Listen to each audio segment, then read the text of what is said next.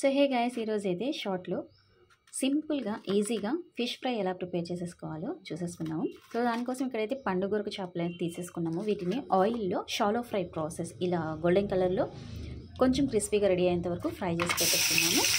Next oil అనేది heat చేసేసుకొని అల్లం వెల్లుల్లి పేస్ట్, పచ్చి కొబ్బరి పేస్ట్, జస్ట్ కొంచెం చాలు, మసాలాస్ ఎక్కువ లేకుండా చాలా టేస్టీగా ఉంటుంది ఈ ఫ్రై ఫిష్ అనేది.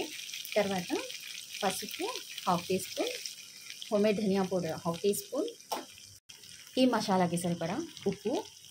ఆల్రెడీ ఫిషెస్కి ఉప్పు అప్లై చేసేసి ఫ్రై చేస్తాం కాబట్టి ఎక్కువ ఉప్పు అవసరం లేదు. కర్రీ లీవ్స్ లైట్గా ఫ్రై చేయండి, అందులో ఉన్న పచ్చివాసన పోయేంత వరకు మీడియం ఫ్లేమ్లో. నెక్స్ట్ కారం వేసి కలపండి 2 టీ స్పూన్స్. ఫిషెస్ యాడ్ చేయండి.